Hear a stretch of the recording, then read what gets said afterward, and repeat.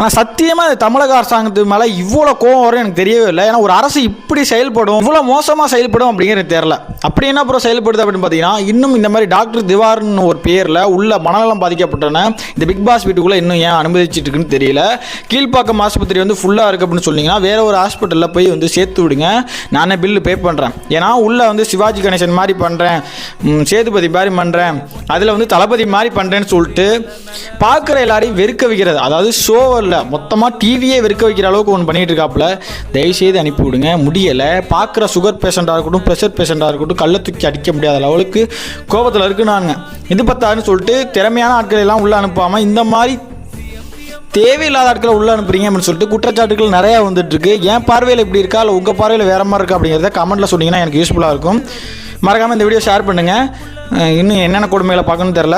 STR மாதிரி பண்ணுறேங்கிறேன். STR பண்ணுறதுலாம் கொலை வெறியில் இருப்பாங்க. ஸோ உங்களை நெக்ஸ்ட்